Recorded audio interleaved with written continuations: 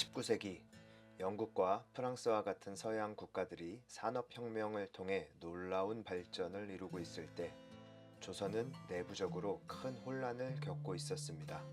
조선에서는 소수의 가문이 권력을 독점하며 세도 정치가 펼쳐졌고, 이는 조선의 정치 시스템을 무너뜨렸습니다. 권력을 잡은 인물들은 관직을 사고 파는 부패한 정치 문화를 만들었고, 백성들은 가혹한 세금과 착취에 시달리며 비참한 삶을 살아야만 했습니다. 특히 지방의 관리들은 자신들의 이익을 위해 백성들을 더욱 가혹하게 착취했습니다. 이러한 상황 속에서 조선 사회에는 새로운 사상들이 스며들고 있었습니다. 그중 서학이라 불리는 서양의 학문, 특히 천주교와 같은 종교가 백성들 사이에 은밀히 퍼지고 있었습니다. 정부는 이를 금지했지만 백성들 사이에서는 기존의 질서에 대한 반발과 새로운 사상에 대한 갈망이 커져만 갔습니다. 이 혼란스러운 시대에 한 사람이 새로운 사상을 제시하며 백성들에게 다가가기 시작했습니다. 그는 경주 출신의 몰락한 양반 최재우였습니다. 최재우는 전국을 유랑하며 조선 사회가 무너지는 모습을 직접 목격했고, 백성들이 겪는 고통을 온몸으로 느꼈습니다. 그는 오래된 시대가 끝나고 새로운 시대가 올 것이라는 생각을 하게 되었고, 수련의 시간을 통해 신비적인 체험을 한 후 새로운 종교를 창시했습니다. 그 종교가 바로 동학입니다. 최재우가 창시한 동학의 핵심 사상은 시천주와 후천개벽입니다. 시천주는 모든 사람의 마음에 하늘이 있다는 뜻으로 모든 인간은 평등하다는 당시로서는 혁신적인 사상을 담고 있었습니다. 양반이든 청민이든 남자든 여자든 모두가 존귀하고 평등하다는 뜻입니다. 후천개벽은 현재의 낡은 세상이 끝나고 새로운 세상이 열릴 것이라는 뜻으로 백성들에게 희망을 주는 메시지였습니다. 동학은 또한 외세에 대한 경계를 강조했습니다. 조선 후기부터 암암리에 퍼지기 시작하고 있던 서양의 사상과 과거부터 조선을 침략해온 청나라와 일본에 대한 적대감도 동학의 주요 주장이었습니다. 조선의 백성들은 오랫동안 신분제와 지배층의 수탈에 시달려 왔기 때문에 평등과 새로운 세상의 도래를 외치는 동학에 열광하게 되었습니다. 그 결과 동학의 신자는 전국적으로 빠르게 증가했습니다. 당시로선 혁명적이라고 불릴 수 있었던 동학이 점점 세력을 키워가자 조선 정부는 이들을 탄압하기 시작합니다.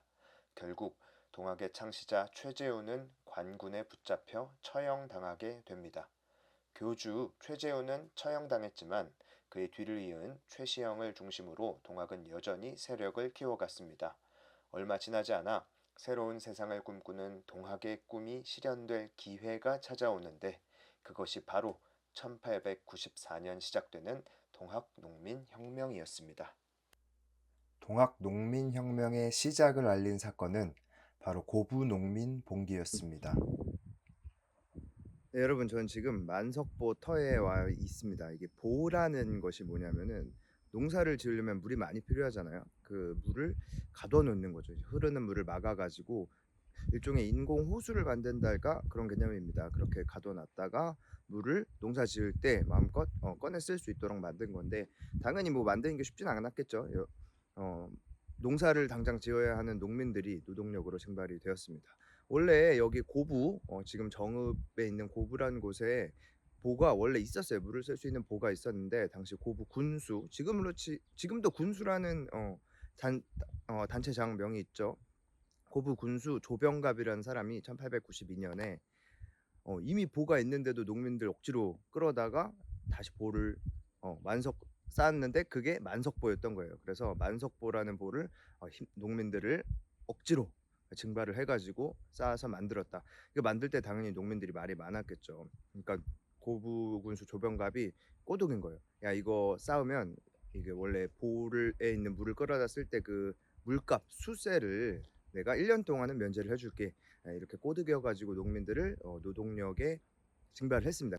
문제는 뭐냐면 그 약속조차도 지키지 않으니까 농민들의 분노가 폭발할 수밖에 없었던 거죠. 그거 외에도 조병갑은 끊임없이 일반 농민들, 당시 고부의 농민들을 괴롭히고 못 살게 굴었던 여러 가지 그 폭정의 전황들이 역사의 기록에 남아 있었습니다. 이제 그러한 것들을 참고 참다가 당시 전봉준을 중심으로 한 고부의 동학도들과 농민들이 폭발을 시켜서 동학농민혁명이 일어날 수 있게 하는 최초의 사건인 고부농민 봉기가 이 만석보를 통해서 일어날 수 있었던 거죠. 자, 여기 보면은 여기 흐르는 강이 동진강이라고 하는 강입니다.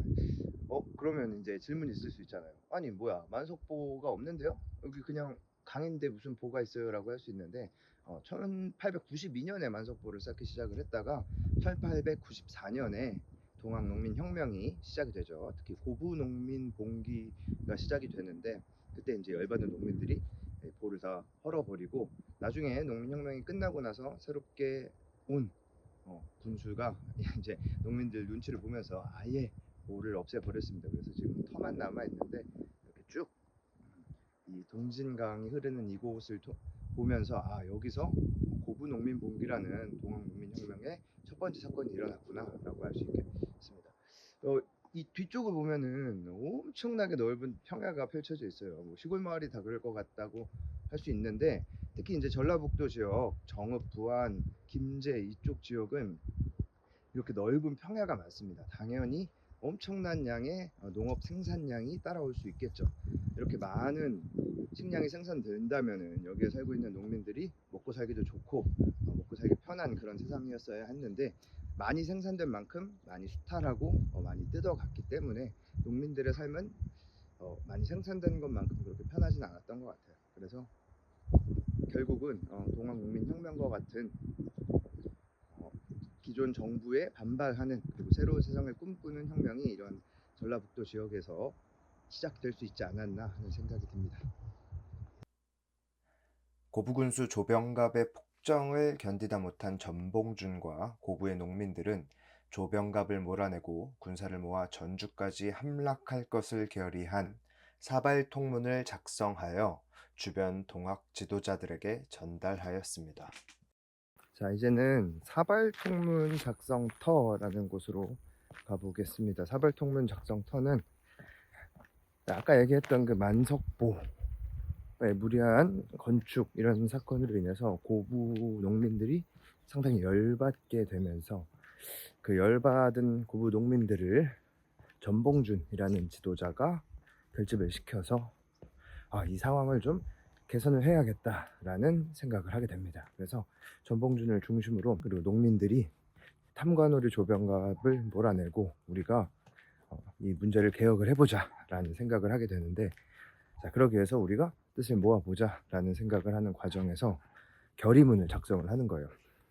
자, 그리고 결의문을 작성을 해서 고부 외에 다른 지역의 농민 지도자들에게도 그 문서를 보내게 되는데 그게 사발통문입니다. 자, 그렇게 사발통문을 작성을 한 장소가 저기 이제 곧 보여질 집인데, 원래는 어딘지 몰랐는데 그 사발통문 작성에 참여했던 여러 사람들 중에 한 사람의 자손이 자기네 집 족보를 이렇게 뒤져보다가 이게 뭐야 하는 이상한 종이를 발견합니다. 그렇게 발견한 종이가 사발통문이라는 문서였어요. 그럼 왜 사발통문이냐면은, 자, 이제 그림을 한번 보여줄게요. 사발통문이 왜 사발통문이냐, 여기 보면은 요런 식의 그림이 그려져 있죠. 사실 그림이 아니고 이름을 적어 놓은 겁니다. 근데 왜 이름을 이렇게 이상하게 원형으로 그려놨냐면은 지도자가 누군지 모르게 하려는 뜻이 있었다고 합니다. 예를 들어서 우리가 일반적으로 이름을 쓰는 방식으로 그리면은 맨 위에 있는 사람이 이 어떤 반란의 주동자다라고 생각을 해서 그 사람을 중심으로 찾겠죠. 그런데 이렇게 원형으로 하면은 누가 대장이고 누가 그 다음에 이제 알 수가 없잖아요. 그래서 사발, 동그란 사발을 뒤집어 놓고 거기를 중심으로 이렇게 동그랗게 이름을 그렸다고 해서 사발통문이라고 합니다. 그리고 여기가 정말 농민혁명 모의 장소. 그러니까 사실상 여기서 전봉준을 중심으로 한 고부 농민들이 모여서 동학농민혁명이라는 역사적 사건의 시작을 알린 곳이라고 할 수 있겠죠. 옛날에 전봉준 장군이 지냈다고 추정되는 곳에 이미 당연히 집은 없어졌겠죠. 그 없어진 집을 다시 고증해서 세웠다라고 전해지는 집입니다. 초가집이고요. 딱 보시면 아시겠지만 그렇게 잘 사는 사람이 살았던 집인 것 같진 않아요. 전봉준은 원래는 양반 가문이었는데 이제 조선 후기에는 잔반이라고 해서 몰락한 양반들이 굉장히 많았습니다. 전봉준도 그런 집안 출신이었습니다. 특별히 전봉준 아버지는 여기저기 유랑하던 사람이었다고 합니다. 당연히 전봉준도 아버지를 따라서 한 곳에 머물러 살지 못하고 이곳저곳 돌아다니고 있었는데, 그러다가 마지막으로 정착한 곳이 이곳 고부였습니다. 이곳에서 전봉준은 마을 훈장 이런 것들을 하면서 사람들에게 글을 가르치고 근근히 살고 있었습니다. 그러던 중에 앞서 말씀드렸듯이 고부 농민 봉기가 일어났고 그 지도자가 된 것입니다. 원래 전봉준은 정확히 말하면 접주라고 해서 동학의 여러 조직 중에 한 곳의 장이었는데 상당히 리더십이 뛰어났던 것 같습니다. 그래서 이 고부 농민 봉기라는 사건의 최초 주도자가 되었던 것이죠. 전봉준 장군은 그럼 어떻게 되었느냐? 당연히 동학농민혁명에서 중요한 역할을 하였고요. 중요한 역할을 하다가 우금치 전투 패배 이후에 전열을 정비하기 위해서 이곳저곳 도망치다가 부하의 배신으로 관군에게 잡혀 들어가게 됩니다. 전해지는 바에 의하면 전봉준 장군은 다른 동학 지도자들과는 달리 죽을 때까지 관군이나 일본군에게 고개를 숙이거나 자존심을 굽히지 않았다라고 전해집니다. 전봉준 장군의 별명이 녹두 장군인데 이 몸집이 작아서 녹두라는 별명이 붙여졌었다고 합니다. 그래서 그 유명한 노래 있죠. 그 새야 새야 파랑새야 녹두밭에 앉지 마라. 녹두꽃이 떨어지면 천포장수 울고 간다. 이 유명한 노래가 전봉준 장군과 관련된 노래였습니다. 전봉준이 이끈 고부 농민 봉기는 성공하였고 고부 관아는 농민군에 의해 점령당하게 됩니다. 조선 정부는 이를 수습하기 위해 조병갑을 대신할 새로운 고부 군수 박원명을 파견하였고 함께 사태를 수습할 안핵사 이용태도 파견하게 됩니다. 새로운 군수는 농민군의 요청을 어느 정도 들어주며 그들을 진정시키고자 하였고 농민군도 스스로 해산하며 사태는 진정되는 듯 보였습니다. 하지만 안핵사 이용태는 오히려 봉기를 일으킨 농민군을 체포해 가혹하게 처벌하려고 하였습니다. 이에 분노한 농민군은 무장해서 다시 봉기한 뒤 백산에 집결하여 전봉준, 손화중 등을 지도자로 삼아 조선 정부를 상대로 전쟁을 벌일 것을 결의했습니다.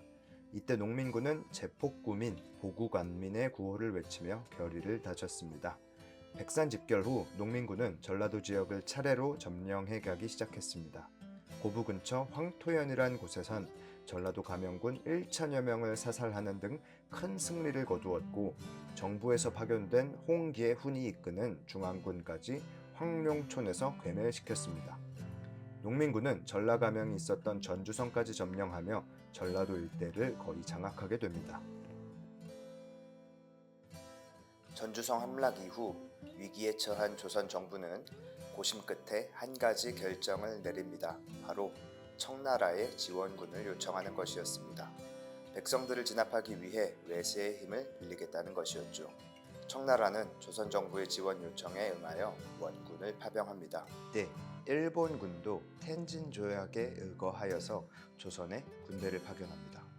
외국 군대가, 그것도 호시탐탐 조선을 노리고 있었던 일본 군대까지 조선에 파견된다는 소식을 들은 농민군 지도부는 조선 정부와 휴전 협상을 맺습니다. 여러 전투 후 이미 많은 농민군이 지쳐 있었고 외국 군대가 조선 땅에 파견될 경우 걷잡을 수 없는 사태가 일어날 수 있겠다는 판단이었습니다. 조선 정부와 농민군이 맺은 휴전 협상을 전주 화약이라고 부릅니다. 전주 화약에서 농민군의 조건은 크게 두 가지였습니다. 하나는 외국 군대의 철수였고 다른 하나는 농민들을 힘들게 했던 세금 문제나 부정부패 문제의 개혁의 내용을 담은 해정개혁안을 정부가 수용하는 것이었습니다. 정부는 농민군의 요구를 수용하였고 정부와 농민군은 휴전에 돌입합니다. 이후 농민군은 전라도 감영의 협조하에 전라도 지역을 돌아다니며 집강소를 설치합니다. 집강소는 일종의 자치기구로 각 지역에서 폐정개혁이 제대로 이루어지도록 지휘하는 농민들의 자치기구였습니다. 집강소 설치는 우리 역사에서 지배받기만 했던 일반 백성들이 최초로 스스로에 대한 권리를 지키기 위해 기구를 설치했다는 점에서 상당히 중요한 의미를 가지는 사건입니다. 전주 화약으로 조선 정부와 농민군 사이 평화 조약이 맺어지자 외국 군대는 철수를 하는 것이 마땅했습니다. 하지만 일본군은 애당초 조선에서 철수할 생각이 없었습니다. 그들은 오래전부터 조선을 장악하려는 야심을 품고 있었고 동학농민혁명으로 조선이 혼란스러워진 상황은 그들의 야심을 실현할 최고의 기회였기 때문이었습니다. 이에 일본군은 조선 정부의 개혁을 요구한다는 명분으로 군대를 앞세워 경복궁을 점령해버렸습니다. 그리고 조선 침략에 방해가 되는 청나라를 상대로 전쟁까지 일으키게 됩니다. 일본군이 한양을 장악하고 청나라와 전쟁을 벌인다는 소식을 듣자 농민군은 다시 한번 모여 새로운 전쟁을 준비하게 됐습니다. 외국군 개입 이전의 제1차 농민전쟁이 백성을 고통스럽게 하는 조선 구체제에 맞서는 반봉건의 성격이었다면 전주 화약 이후 시작된 제2차 농민전쟁은 조선을 침략한 외세에 대항하는 반외세 전쟁이었습니다. 제2차 농민전쟁에선 전라도뿐 아니라 충청, 경상, 강원, 경기, 황해 등 더 많은 지역의 동학교도들과 농민군이 합세하게 됩니다. 일본 또한 조선의 내각을 장악하고 농민군을 완전히 진압하고자 조선의 관군과 일본군을 준비시켰습니다.